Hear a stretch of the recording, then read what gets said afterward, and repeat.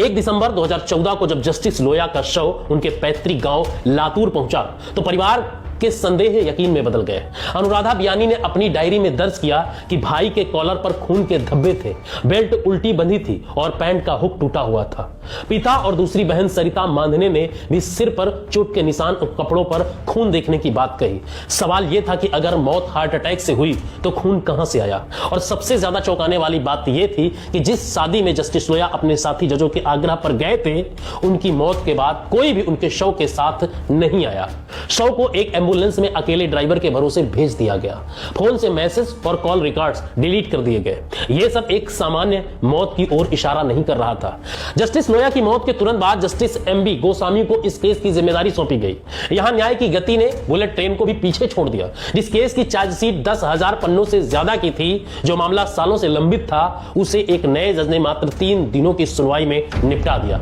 CBI के तर्कों को केवल 15 मिनट सुना गया और 30 दिसंबर 2014 को अमित शाह को सभी आरोपों से बरी कर दिया गया। ठीक उसी दिन जिस दिन के लिए मोहित शाह कथित तौर पर दबाव डाल रहे थे। और उसी शाम देश की मीडिया का ध्यान भटकाने के लिए एक और बड़ी खबर आई, महेंद्र सिंह धोनी के टेस्ट क्रिकेट से संन्यास की घोषणा। अमित शाह की रिहाई की खबर धोनी के संन्यास के शोर में दब गई और इसके बाद जस्टिस लोया के 2 करीबी दोस्त वकील श्रीकांत खंडालकर और रिटायर्ड जज प्रकाश थोमरे भी संदिग्ध परिस्थितियों में मृत पाए गए। ऐसा लगता था कि जैसे जस्टिस लोया का राज जानने वाले हर शख्स खतरे में था। जस्टिस BH लोया की मौत को लेकर जो सरकारी कहानी बुनी गई, उसकी बुनियाद हार्ट अटैक के दावे पर टिकी थी। लेकिन जब इस दावे की वैज्ञानिक पड़ताल शुरू हुई तो परत दर परत झूठ का एक ऐसा पहाड़ खड़ा मिला जिसे देखकर किसी की भी रूह कांप जाए। इस मामले में 2 सबसे महत्वपूर्ण दस्तावेज थे, एक हिस्टोपैथोलॉजी रिपोर्ट और दूसरी ECG रिपोर्ट। सामान्यतः जब किसी संदिग्ध स्थिति में मृत्यु होती है तो केवल पोस्टमार्टम काफी नहीं होता। डॉक्टर शरीर के विभिन्न अंगों जैसे मस्तिष्क, हृदय और किडनी से सूक्ष्म ऊतक यानी टिश्यू निकालते हैं और उन्हें फोरेंसिक जांच के लिए भेजते हैं। इससे हिस्टोपैथोलॉजी रिपोर्ट कहा जाता है। इसमें कोशिकाओं का सूक्ष्मदर्शी के जरिए विश्लेषण होता है और यह रिपोर्ट मौत की असली वजह बताने में अंतिम और सबसे सटीक साक्ष्य मानी जाती है। महाराष्ट्र सरकार ने अपनी जो तथाकथित जांच रिपोर्ट अदालत में पेश की, उसमें इस महत्वपूर्ण हिस्टोपैथोलॉजी रिपोर्ट को जानबूझकर अंधेरे में रखा गया। कारो मैगजीन के खोजी पत्रकार निरंजन टाकले ने जब RTI के जरिए इस गोपनीय रिपोर्ट को हासिल किया और इस देश के सबसे वरिष्ठ forensic expert doctor RK Sharma को दिखाया तो पूरे देश में हड़कंप मच गया। डॉक्टर RK शर्मा जो दिल्ली एम्स में फॉरेंसिक मेडिसिन और टॉक्सिकोलॉजी विभाग के प्रमुख रह चुके हैं और जिनके पास हजारों जटिल मामलों का अनुभव है, उन्होंने रिपोर्ट देखते ही एक सनसनीखेज खुलासा किया। डॉक्टर शर्मा के अनुसार जस्टिस लोया की हिस्टोपैथोलॉजी रिपोर्ट में दूर दूर तक हार्ट अटैक का कोई प्रमाण मौजूद नहीं था। उन्होंने स्पष्ट रूप से कहा कि रिपोर्ट के आंकड़े बताते है कि जस्टिस लोया के दिमाग में किसी प्रकार का ट्रामा यानी कोई बाहरी चोट या सदमा पहुंचा था। उन्होंने यहां तक आशंका जताई कि यह जहर देने का मामला भी हो सकता है।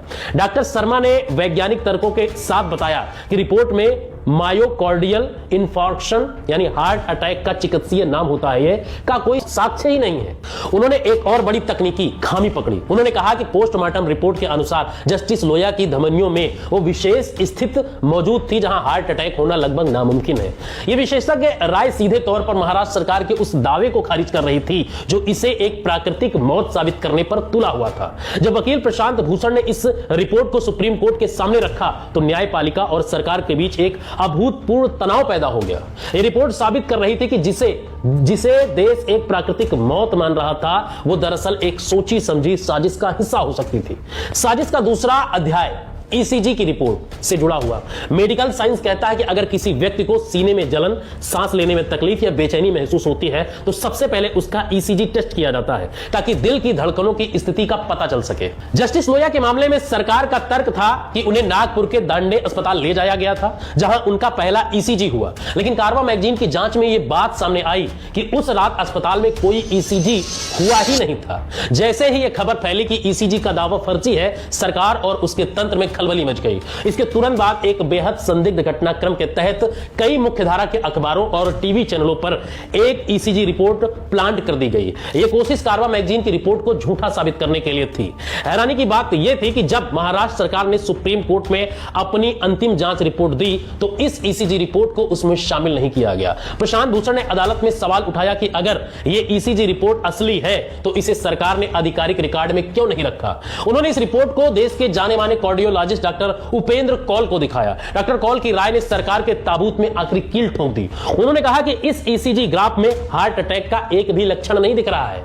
यहां से एक और गंभीर सवाल खड़ा हुआ, अगर यह जस्टिस लोया का ईसीजी नहीं था तो यह किसका था।